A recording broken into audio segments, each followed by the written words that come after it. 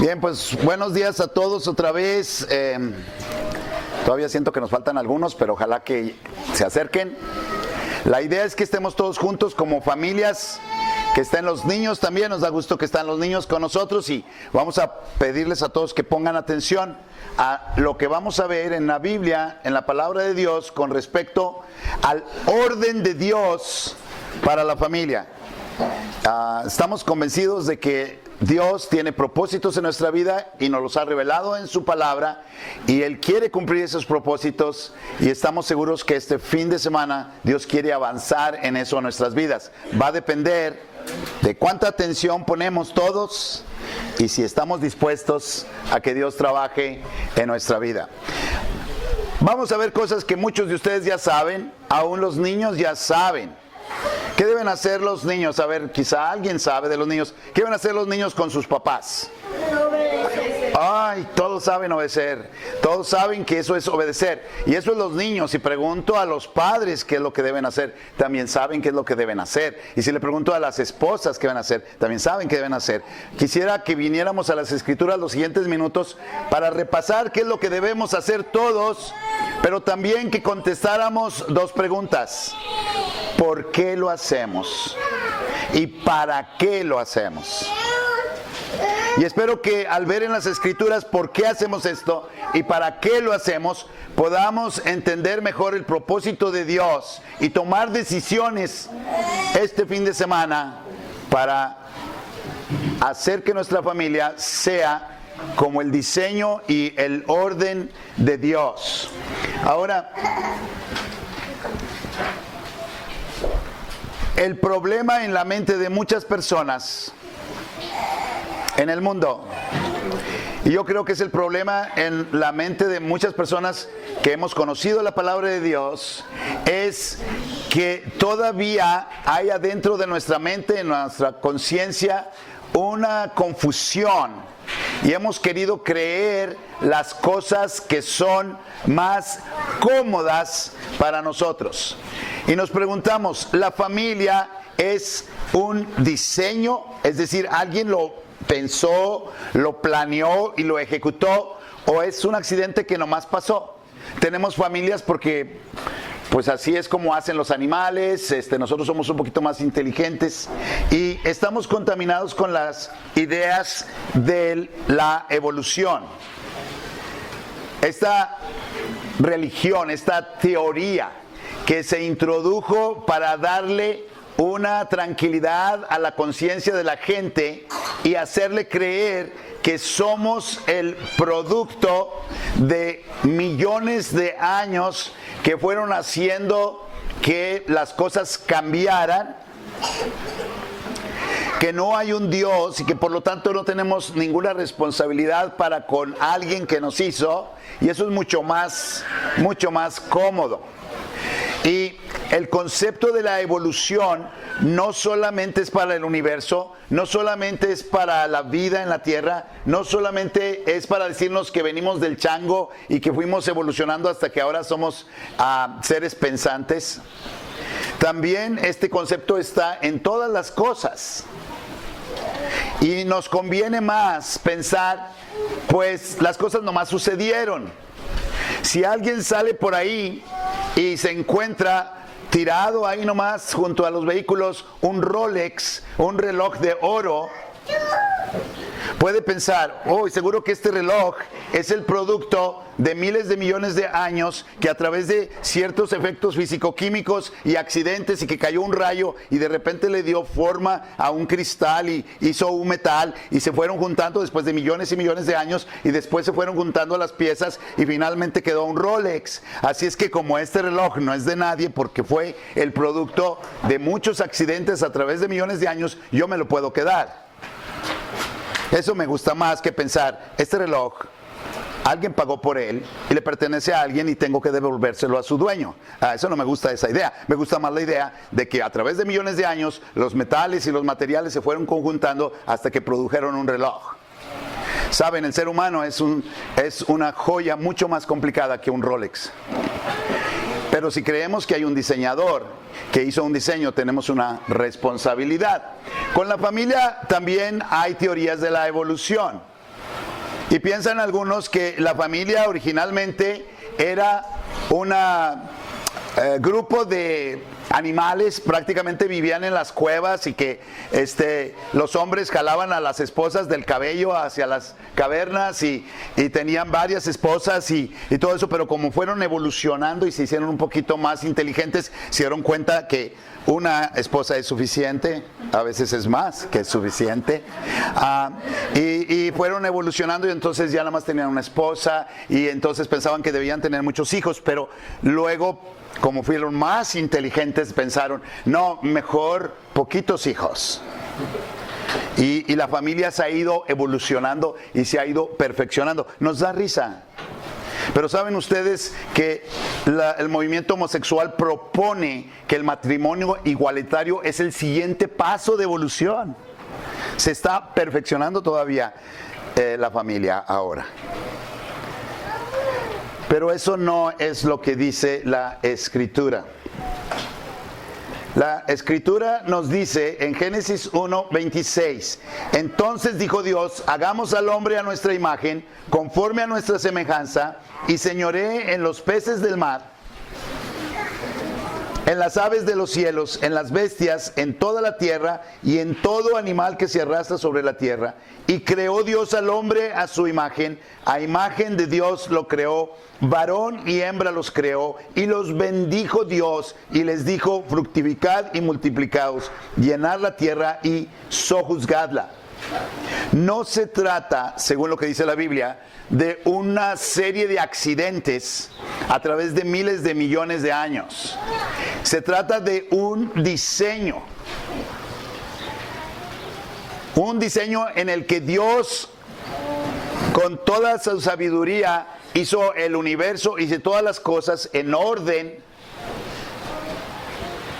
y luego al final hizo al hombre, y lo hizo con el diseño de que fuera un hombre y una mujer, un matrimonio, y ese matrimonio tuviera hijos, se multiplicara, y Dios ideó. No fue algo que pasó nada más. Dios lo pensó y lo ideó todo desde el principio para formar la familia. Y esta idea básica de que Dios lo diseñó nos deja a cada uno de nosotros, aún a los niños, en una responsabilidad. Si se encuentran ahí afuera una pelota, no pueden decir, esta pelota accidentalmente se cayó del cielo, entonces me la puedo guardar. No, esa pelota no es tuya, tienes que darle cuentas a alguien que pagó por esa pelota y que tenemos que devolvérsela a su dueño. ¿Sí? Porque hay un diseño. Ahora es importante ver, no somos ni como seres humanos, ni como matrimonio, ni como familia, no somos el producto de miles de millones de accidentes. Somos el producto de miles de millones de bendiciones. Dios hizo a un hombre y a una mujer inteligentes para que se amaran, para que vivieran en la relación de matrimonio, tuvieran sus hijos y formaran una familia. Eso es el diseño de Dios. No el producto de muchos accidentes, pero el producto de muchas bendiciones. La palabra bendiciones nos suena muy religiosa, pero ¿qué quiero decir con esto? Dijo Dios. Dios hizo todas las cosas porque Él dijo. Por la fe entendemos que los cielos y la tierra fueron hechos por la palabra de Dios. Y Dios los bendijo, dice ahí también. Las cosas que hay en este mundo provienen de la bendición de Dios, de la boca de Dios, que hizo todas las cosas para nuestro bien. El porcentaje de oxígeno que estamos respirando, las flores, las plantas, las abejas, la polinización, la temperatura. Pero más precioso aún, el amor de un hombre para una mujer, para formar un matrimonio y para formar una familia, todo eso es bendición de Dios. Miles de millones de bendiciones de Dios, no miles de millones de accidentes. Hay un diseño por parte de Dios. Ahora, Se tratará de un diseño abstracto, porque alguien puede decirme y traerme una pintura moderna, decir, esto provino de una mente muy inteligente y es un diseño y ahí está plasmado toda su creatividad. Y yo veo el cuadro y digo, pues parece como que estuvo Camila ahí jugando con pinturas. ¿Es el universo el producto de un Dios caprichoso que hizo estas cosas? ¿O que hizo un maravilloso universo y luego se olvidó de él y lo dejó ahí a ver qué pasaba?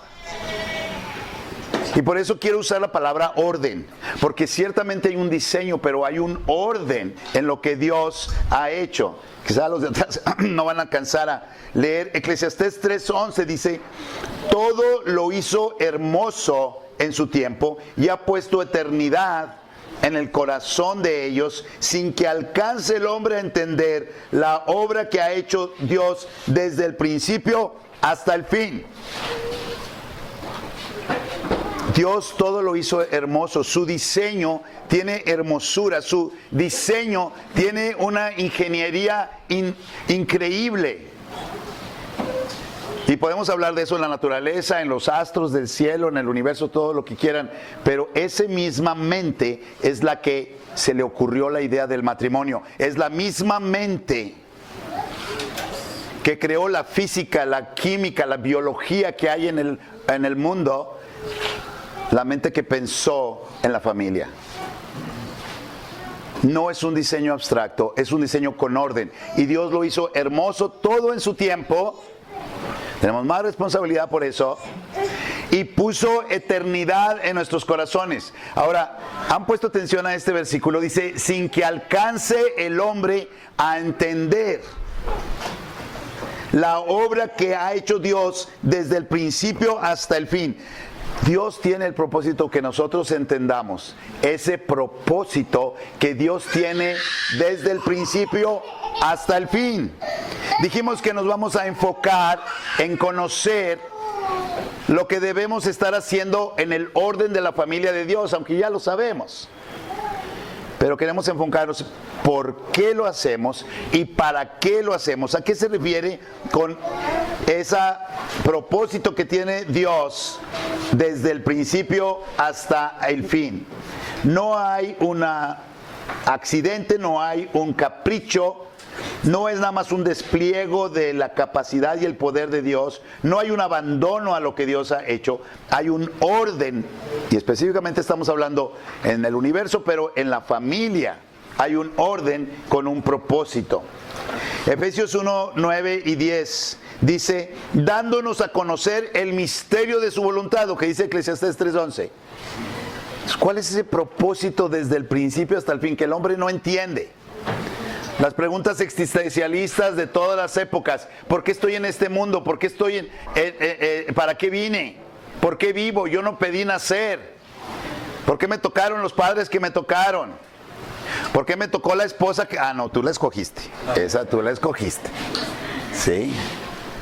¿Por qué me tocó el esposo que tengo? Pues tú lo escogiste. Sí. Y nos preguntamos, y a fin de cuentas, ¿para qué estamos aquí? Un día nos vamos a morir, ¿por qué estamos aquí? Dice, dándonos a conocer el misterio de su voluntad, según su beneplácito, el cual se había propuesto en sí mismo de reunir todas las cosas en Cristo. Dios desde el principio que hizo las cosas hermosas de su tiempo y que puso eternidad en nuestros corazones, vamos a dejar este planeta un día, pero nunca dejaremos de existir. El Señor Jesús dijo que algunos habrán de venir a resurrección de vida y otros a resurrección de condenación. La casa del Padre, el cielo, el reino es eterno, tan eterno como el infierno. Eso es absolutamente espantoso, difícil de entender. Pero puso eternidad en nuestros corazones. Y ahora dice la palabra de Dios en Efesios que Él nos ha dado a conocer este misterio, esos propósitos que ahora Dios quiere que tendamos. ¿Qué es lo que quiere a Dios desde el principio hasta el fin? Y dice, el propósito de Dios es de reunir todas las cosas en Cristo. Actualmente la desobediencia causa muchos problemas, ¿verdad, niños? La desobediencia del hombre ha puesto la vida del ser humano, la naturaleza misma, medio ambiente y la familia en un terrible caos y desorden. Pero Dios quiere traer todas las cosas a un orden. Cuando dice que quiere reunir en Cristo todas las cosas, no quiere decir que va a estar Cristo y que todas las cosas ahí junto con Él. Quiere decir que todo al final tendrá que guardar el debido orden, el debido lugar, la debida distancia entre el Señor Jesucristo, que es el todo y en todos, que no hay otro nombre más grande que el de Él. Él va a estar ahí y todas las cosas van a estar en su lugar. Todo va a estar en su lugar. ¿Se imaginan eso, señoras? Una casa donde todo está en su lugar. ¿Y cuál es el lugar de la basura? Afuera. ¿Y cuál es el lugar de aquellos que han rechazado el diseño y el orden de Dios? Las tinieblas de afuera. Eso es parte de reunir todas las cosas en Cristo. Quienes han rechazado al Señor Jesucristo tendrán que guardar la verdad, la debida distancia al final de los tiempos con el Señor Jesucristo. Y su debido lugar y orden es las tinieblas de afuera. Y Dios va a reunir todas las cosas en Cristo. Cada persona, cada cosa, las que están en el cielo, en la tierra, todo va a estar en el orden que le corresponde. Eso es algo para pensar. ¿Qué lugar quiero yo con respecto al Señor Jesucristo? ¿Quién es Jesucristo para mí hoy? Porque quien es Jesucristo para ti hoy va a definir mucho quién será Jesucristo para ti en la eternidad. Dios se ha propuesto reunir todas las cosas en Cristo en la dispensación del cumplimiento de los tiempos, así las que están en los cielos como las que están en la tierra. Ahora, ¿cuál es este orden de Dios? Y es un orden, las cosas están en orden. Leemos ahí en 1 Corintios 11:3 que dice: pero quiero que sepáis que Cristo es la cabeza de todo varón, y el varón es la cabeza de la mujer, y Dios la cabeza de Cristo. No está hablando de jerarquías de valor, no está hablando aquí de que si Dios es más importante y más grande y más poderoso que Cristo, porque la Escritura nos hace claro que eso no es así. Hay un solo Dios que se manifiesta en estas tres personas. No podemos pensar que nuestro cerebro, creado por un Dios superior, va a ser capaz de cubrir. En mi cerebro no va a poder caber todo el concepto de Dios. Dios se ha querido revelar a mí y entiendo algunas cosas y otras cosas no la entiendo. Yo no entiendo cómo es que 1 más 1 más 1 son 1, pero son 1. Y Dios el Padre y Dios el Hijo son uno. Y no hay uno que sea mayor que otro. No somos idólatras de las, ¿cómo se dice? De estas ideas paganas, mitológicas, donde había papás dioses, mamás diosas, hijitos diositos. No es eso. Pero hay un orden. Dios es un Dios de orden. Y dice que en el orden de Dios, Cristo es la cabeza de todo varón y el varón es cabeza de la mujer y Dios la cabeza de Cristo. Y en el sentido similar, no está diciendo que el hombre vale más, es más importante, es más inteligente, es valioso que la mujer, porque en realidad son uno. Pero por un principio de orden que Dios ha establecido, Dios ha puesto al varón como cabeza de la mujer, porque tiene que haber un orden, y ese es el orden de Dios. Y nos dice también la Escritura en Efesios 6:3: hijos, obedeced en el Señor a vuestros padres, porque esto es justo. Honra a tu padre y a tu madre, que es el primer mandamiento con promesa, para que te vaya bien y seas de larga vida sobre la tierra. ¿Cuál es el lugar, el orden de Dios para los hijos? Que honren a sus padres, que obedezcan a sus padres. ¿Sí?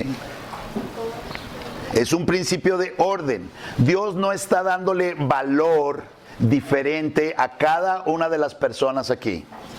Está poniéndolas en su lugar. Eso es lo que Dios ha puesto. Este es el diseño y el orden de Dios. Es decir, Dios, luego tenemos a Cristo, que es Dios, pero se menciona así como un principio de orden. Luego tenemos al varón y a su mujer, los cuales son uno. Y luego tenemos a los hijos. Está muy complicado, no tiene ninguna complicación. Es un principio de orden. Como cuando vamos a comer aquí en el campamento y queremos tener orden. Ya es la hora de comer, sonó la campana. Podemos pasar 110 personas al mismo tiempo a la barra de la cocina a comer. No, no se puede. Tiene que haber un orden. Y por eso pasan las mujeres primero, porque como somos feministas nosotros creemos que la mujer es más importante. No, no creemos eso. Creemos que tiene que haber un orden para que las cosas funcionen. Y este es el orden que Dios ha puesto. Dios, Cristo, el varón, la mujer y luego el hijo, la hija, los hijos. Sí, ese es el orden de Dios. No me gusta, es problema tuyo, porque este es del diseño de Dios y a ti no te gusta. Y si no te gusta y quieres cambiarlo, no va a funcionar. Cuando ustedes compran un auto, viene con un manual de operación. Y ustedes dicen, ¿por qué quiere que le ponga este aceite al motor? Este aceite es muy caro. No me gusta. Sale más barato el aceite Cártamo Capullo. ¿Y qué pasa si le ponen Cártamo Capullo a su carro? Pero es que es lo más cómodo, es lo más barato. Sí, no va a funcionar. Tarde que temprano eso, y más temprano que tarde, eso ya no va a jalar. Sí. Tenemos que seguir las indicaciones del fabricante para que las cosas funcionen. Y si no seguimos las indicaciones del fabricante, las cosas no van a funcionar. Ese es el orden de Dios. Ahora, aquí es donde vamos a la parte fácil. A ver, no tenemos ni siquiera que ir a las escrituras, ya no sabemos los versículos. ¿Qué es lo que tienen que hacer los hijos? A ver, los niños, díganme, ¿qué deben hacer los hijos? No oí. Allá los de atrás no los oigo. Obedecer. Hijos, obedecer a vuestros padres en todo, porque esto es justo. Honra a tu padre. No más obedecer, ¿verdad? También los vamos a honrar, los vamos a respetar. La calidad de la autoridad que Dios ha puesto sobre nosotros no cuestiona ni la obediencia ni la honra. Jóvenes que ya están más grandes, ¿entienden lo que estoy diciendo? La calidad de la autoridad que Dios ha puesto sobre mí no cuestiona que lo obedezca. Probablemente, joven, señorita, tú piensas que eres más inteligente que tu papá y que tu mamá. Quizá piensas que tú llevas una vida más correcta, más piadosa que tu papá y que tu mamá. Quizá tú piensas que tú tienes más estudios que tu papá y que tu mamá. Pero sabes una cosa, ellos son tu papá y tu mamá y los vas a obedecer y los vas a honrar. ¿Recuerdan al rey David cuando era perseguido por Saúl?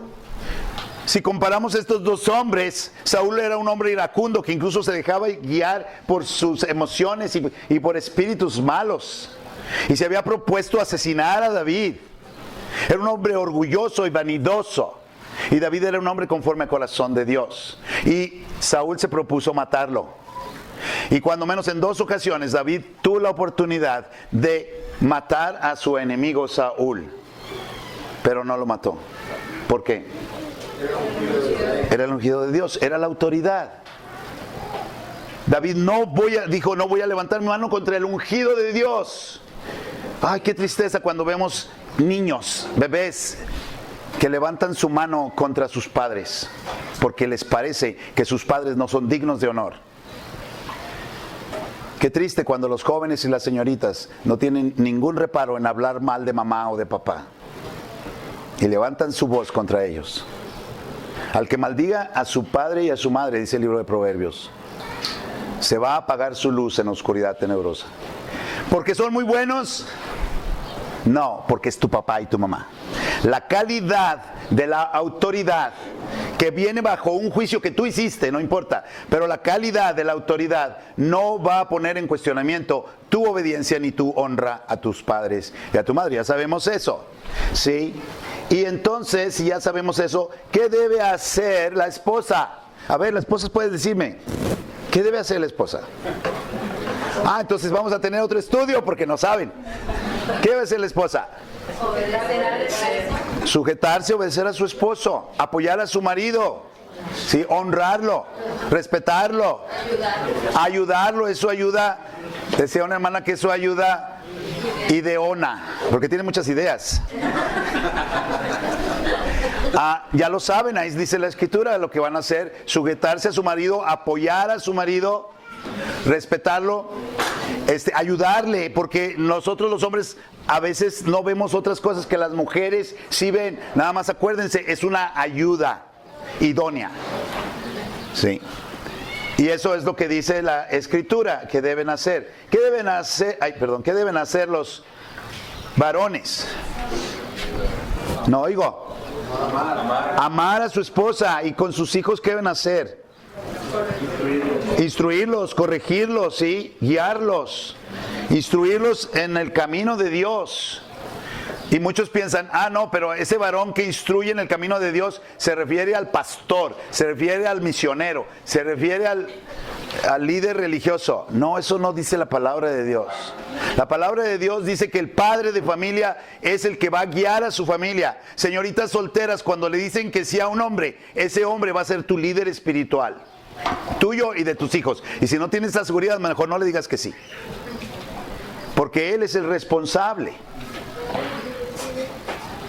No importa que no tome la responsabilidad, Dios lo hace responsable. Y varones, un día Dios nos va a pedir cuentas por la manera en que instruimos a nuestros hijos, por la manera en que guiamos nuestra familia.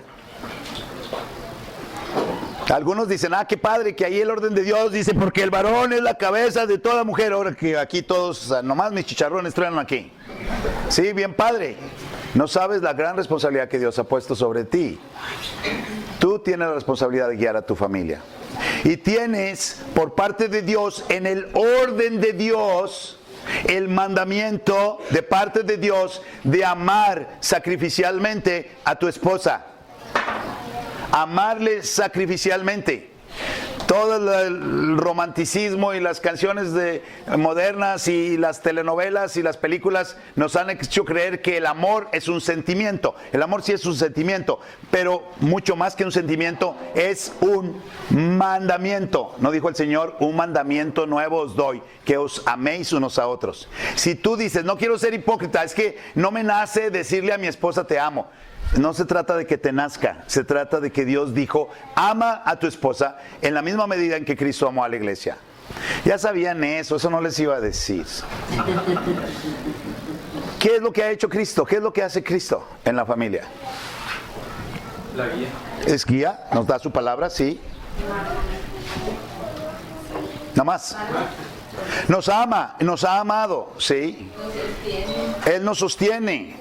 Sí, Él es la cabeza, de Él toma nombre toda familia, dice la Escritura. Y Dios proveyó a su propio Hijo para que nosotros pudiéramos ser salvos. Él nos amó. Él tiene un propósito de redimir todo nuestro ser, transformar todo nuestro ser, espíritu, alma y cuerpo.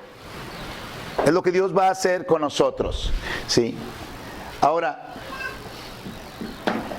la primera pregunta que dijimos, ahora sí vamos a empezar la conferencia. Okay. ¿Por qué obedecer? Ahora, no sé si ustedes han notado estos dos versículos. Uno en Efesios, que dice, hijos, obedeced en el Señor a vuestros padres. ¿Por qué? ¿Por qué tengo que obedecer a mis padres? ¿Por qué? Dice aquí, porque esto es justo. Efesios 6:1. Pero si leemos esto en Colosenses, dice, hijos, obedeced a vuestros padres en todo. ¿Por qué? Porque esto agrada a Dios. Entonces, ¿por qué obedecemos? ¿Porque es justo o porque agrada a Dios? Las dos cosas son ciertas, las dos cosas están en la Biblia. Pero Efesios nos lleva a pensar lo que hemos estado diciendo. ¿Saben por qué, niños? Porque esto es lo correcto. ¿Saben por qué, jóvenes? Porque esto es el diseño de Dios. Dios así lo puso. Vamos a obedecer y a honrar a nuestros padres porque es lo correcto. No hacerlo es incorrecto, está mal. Sí existe el blanco y el negro moralmente. Sí existe lo que está bien y lo que está mal. Y no es correcto que desobedezcamos. Y sí es justo y correcto que obedecemos. Pero en Colosenses dice, para que esto agrada a Dios. Y aquí es donde yo quisiera que pensáramos en el por qué queremos una familia conforme al diseño de Dios, en el orden de Dios. Y aquí es donde les voy a decir a muchos, o algunos, no sé, de los que están aquí, por qué resulta tan difícil tener una familia conforme a lo que Dios quiere. Porque nosotros podemos conocer lo que dice la Biblia. Incluso muchos de nosotros, aún sin el conocimiento de la Biblia, tuvimos buenos ejemplos en nuestros padres, pero no lo hacemos.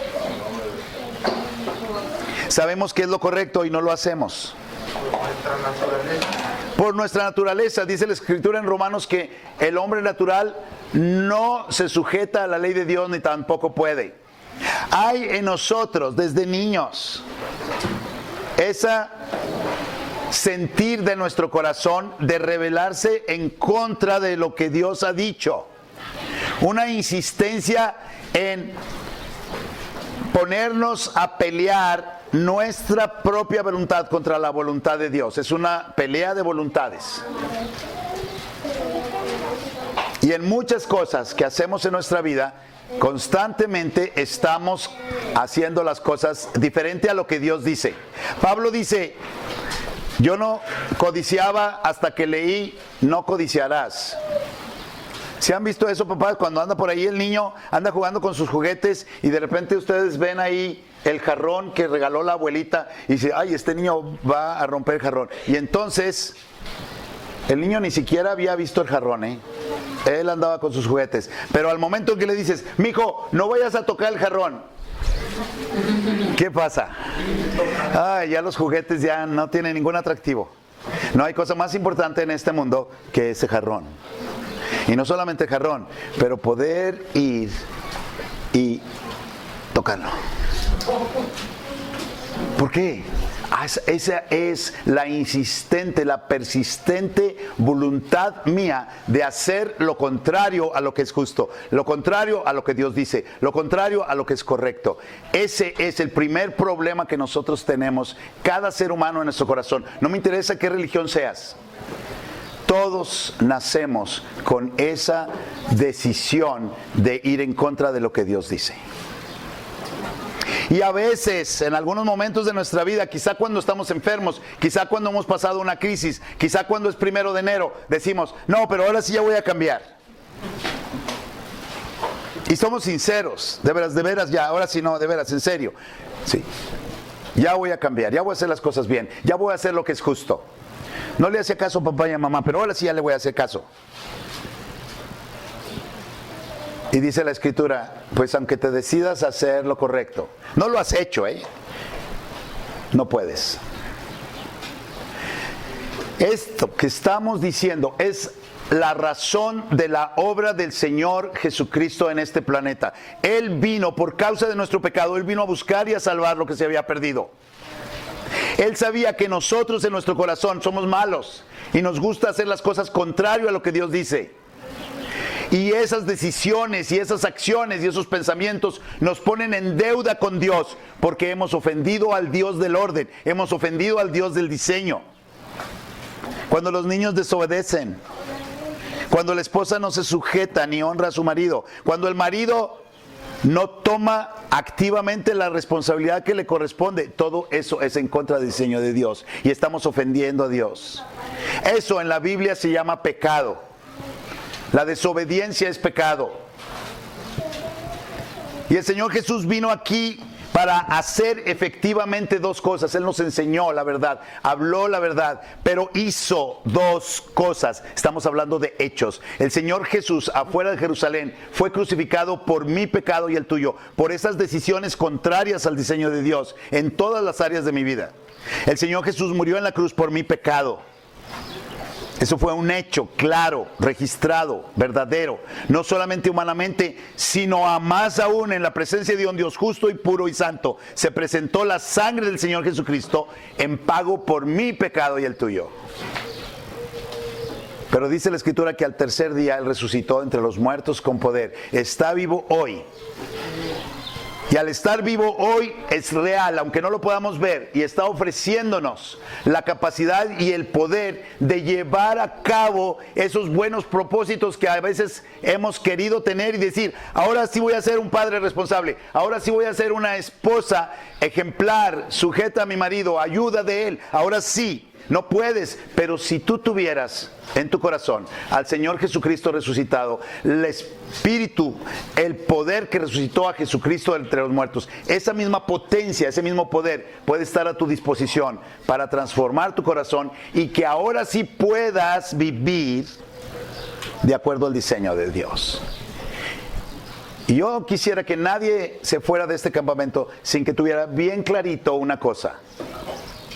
Yo soy una persona en la que se ha manifestado la eficacia y la realidad de la muerte y la resurrección del Señor Jesucristo. Es Jesús para mí el único responsable de mi salvación y el Señor de mi vida, que ha venido a mi vida a transformarme para el final de los tiempos, para hacer lo que Él quiere que yo sea.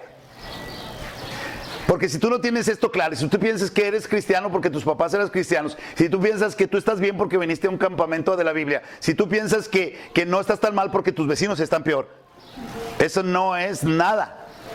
Tú lo que necesitas es la obra real y efectiva en tu vida de las dos cosas que hizo el Señor Jesús aquí. Él murió por nuestros pecados y resucitó para darnos una vida nueva. Y si eso no es real en tu vida, puedes hacer tu mejor esfuerzo, como dice la gente. Y ¿sabes qué? Entre más apegues tu Biblia a los principios de la Biblia, te va a ir bien.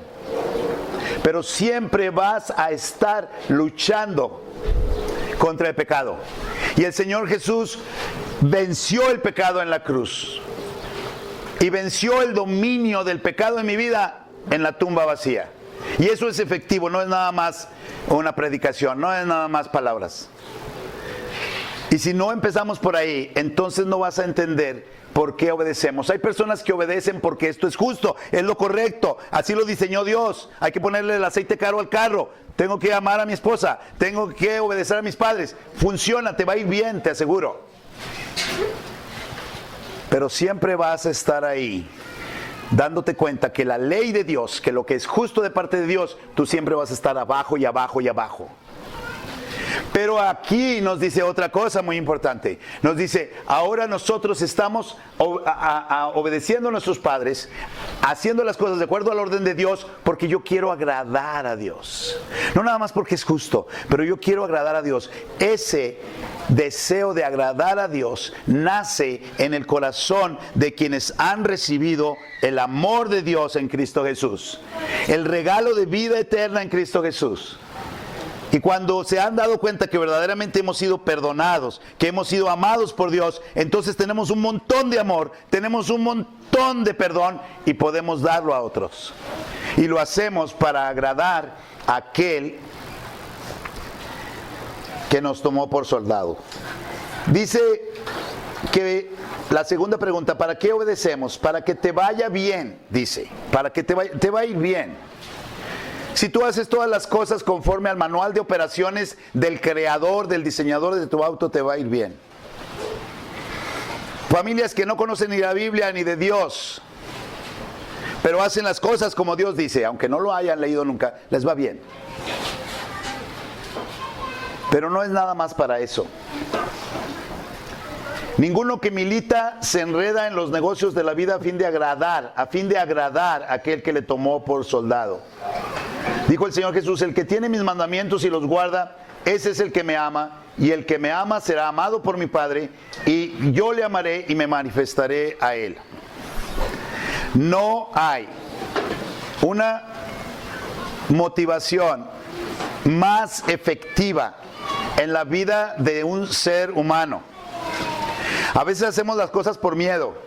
A veces hacemos las cosas por interés. A veces hacemos las cosas por la presión del grupo. Sí. Pero la motivación a la que Dios nos quiere llevar, ese propósito que Dios tenía desde que nos hizo, la verdadera motivación es el amor. Cuando nosotros, porque amamos a Dios, le obedecemos. Cuando una persona verdaderamente ama a Dios, no hay ninguna restricción, no hay ninguna barrera que le va a impedir vivir la vida que Dios quiere.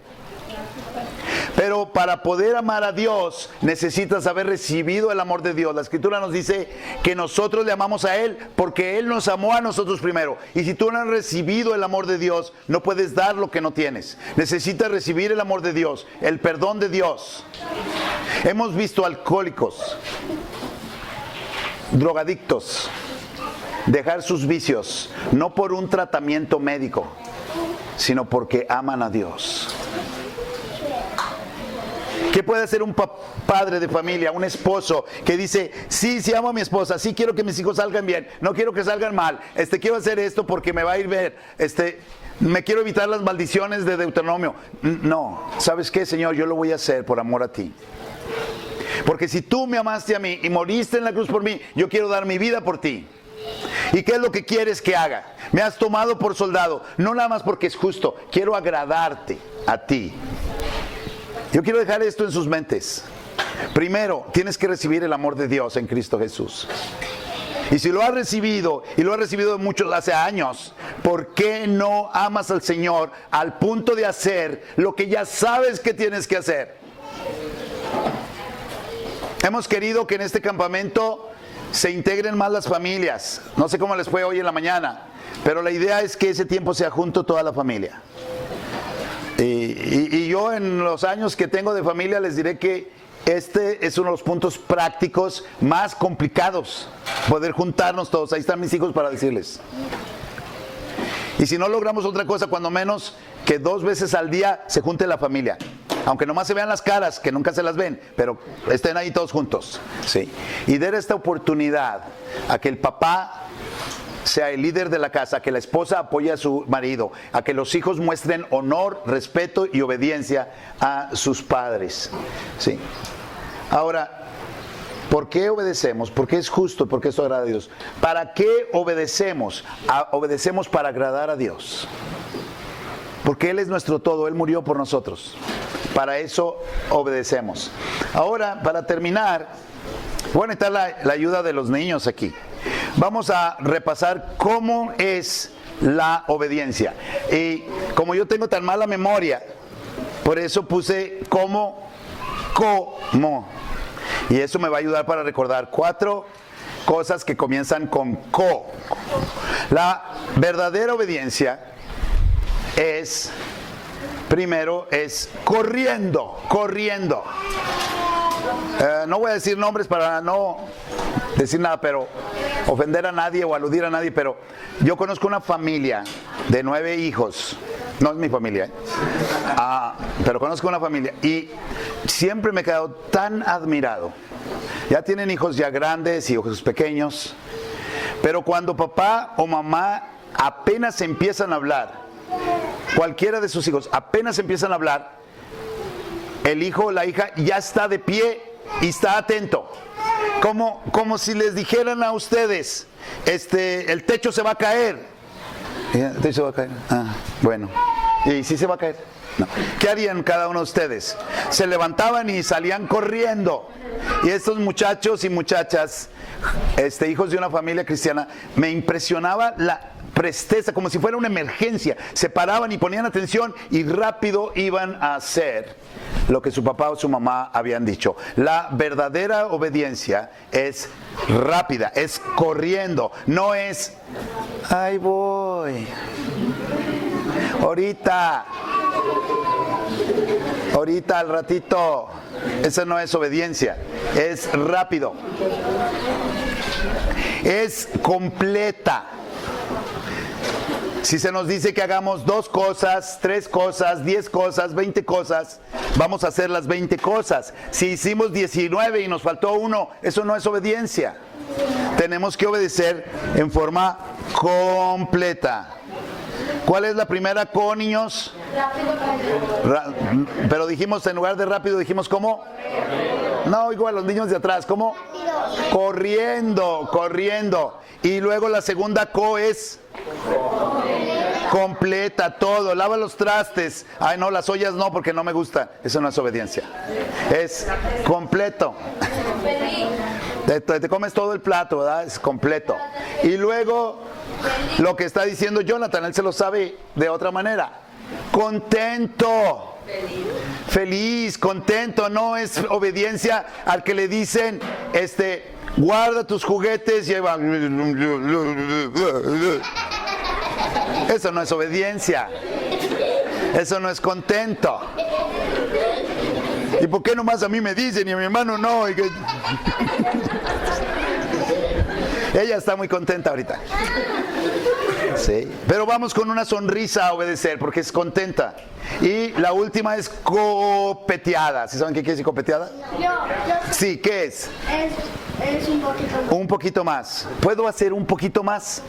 Si te dicen que le cargues una carga por 1 milla, dijo el Señor, ve otra milla. Sí. No nomás vas a obedecer, la milla extra, ¿sí? Y los niños a veces batallan con esto, pero los jóvenes no deberían batallar. Joven que estás en tu casa, vas a obedecer y a honrar a tu padre. La obediencia y la honra a los padres no se termina cuando cumples 18 años. No se termina cuando cumples 21 años. Se termina cuando te vas de la casa. No se termina cuando ya tienes un empleo y te puedes comprar tus propios Nike. No se termina la honra y la obediencia a los padres porque ya tienes dinero. O me vas a decir que obedecías a los padres porque te daban de comer y te daban dinero. Qué mezquino. Sí. Honra a tu padre y a tu madre. Dice la Escritura que en los postreros tiempos vendrán hombres desobedientes a sus padres. No dice niños, dice hombres desobedientes a sus padres. ¿Sí?